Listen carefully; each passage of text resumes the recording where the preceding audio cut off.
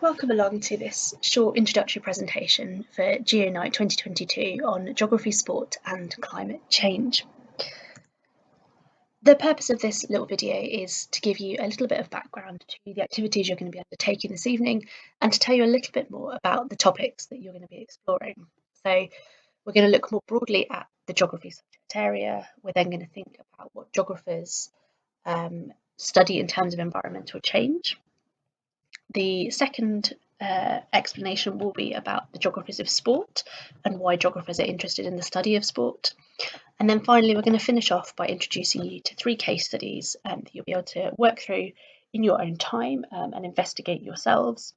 The first of these is on football, the second will be on cricket, and the final case study will be on Formula One. By way of an introduction to myself, I'm Dr. Catherine Waite. I'm a senior lecturer in human geography at the University of Northampton, and my contact details can be seen on the screen just there, but also on the main website page itself if you want to get in touch to ask any questions about the activities or to kind of follow up on anything you're going to be exploring this evening.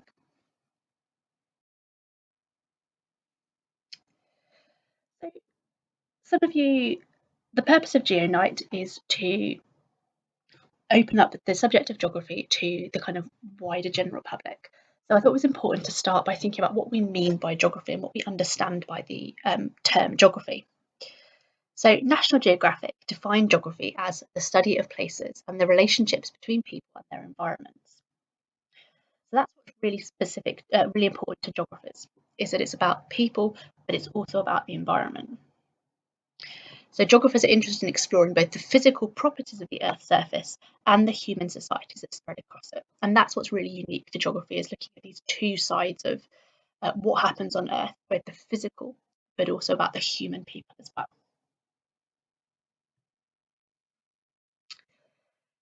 And it's this unique positioning that makes geography ideally placed to study climate change.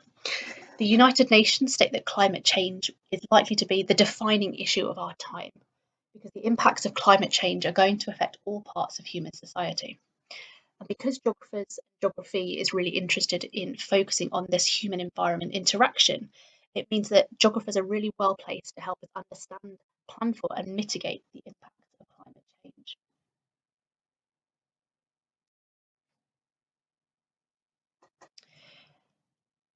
And the way that we're going to think about the importance of a geographical study of climate change this evening is through the study of sports geography.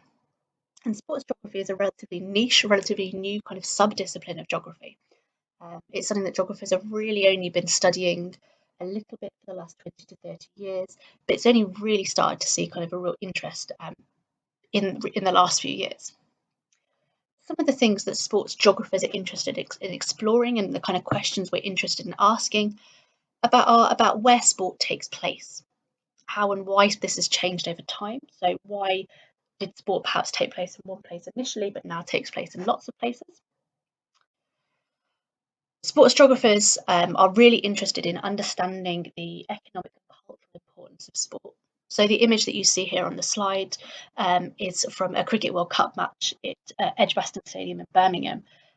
So it's interested about thinking about the kind of economic importance of this, bringing this event to the UK. So what it was hosting it, the kind of money it brought in, the advertising, the sponsorship, the media coverage that goes with it, but also about the kind of cultural importance of it. How important is it to fans of the game, but also kind of non-fans and spectators to get involved and to feel they identify with a particular sports team?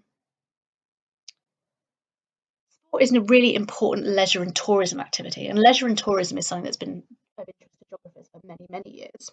So how do we as individuals participate in sport as a leisure activity, but also how does sport shape our tourist activities? So are we those people who want to travel around the world or travel around the country watching our team play sport, both home and away, for instance? Or perhaps do we go on a holiday that's motivated by the fact that we want to attend the Olympics, for example? And then the final 2 key questions on this slide here are the ones that we're really going to focus on through the activities I've put together for you today. First of all, how does the environment influence sport? So how does the natural environment influence what sports can take place and how they take place? And we can think about that on a really basic level of thinking about the fact that we can only participate in something like downhill skiing in a natural way, we'd have to go to a kind of upland mountain environment where there's good snowfall. On the flip side of that, if we again look at the example of cricket, for instance, cricket, because it's an outdoor sport, typically can only be played on nice fair weather days. On the opposite side of that, we can think about how sport influences the environment.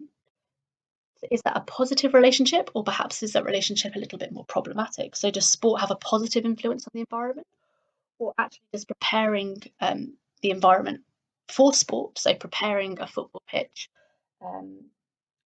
preparing for a game of rugby, producing a golf course, for instance, does that have a much more negative influence on the environment, for instance?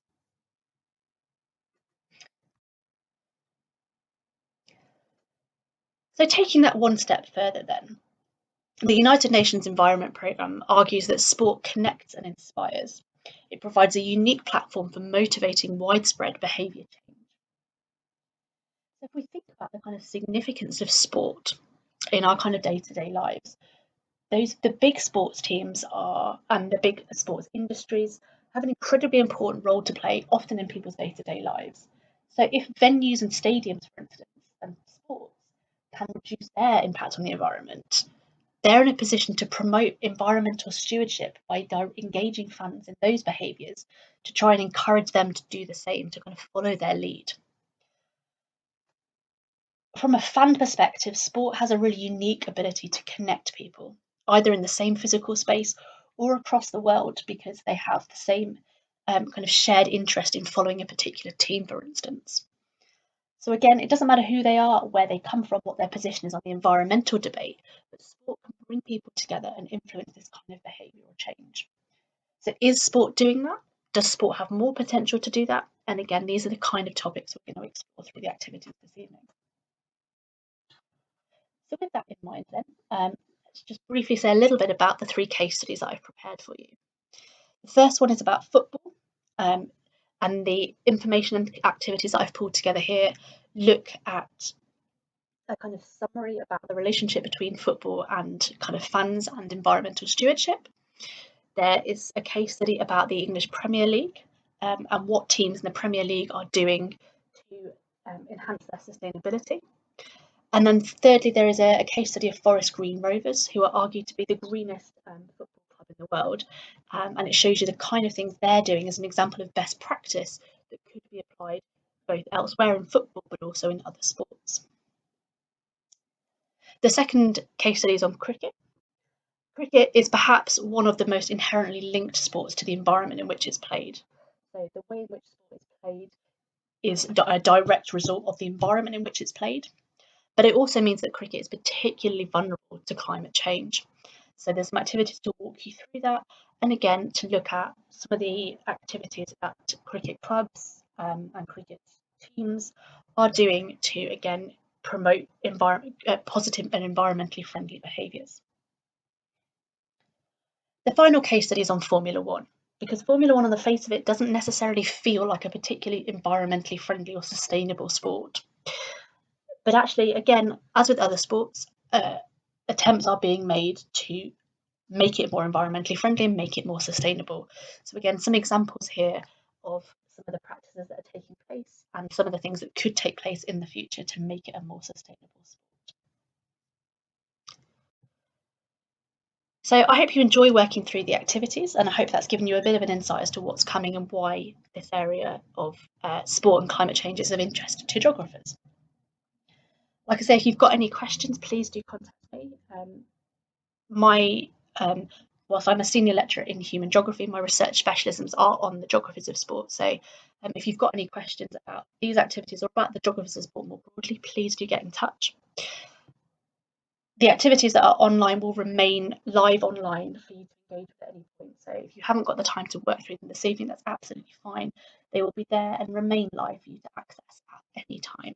So thank you very much for participating. I hope you enjoyed them, and please do get in touch if you've got any questions or would like to follow up.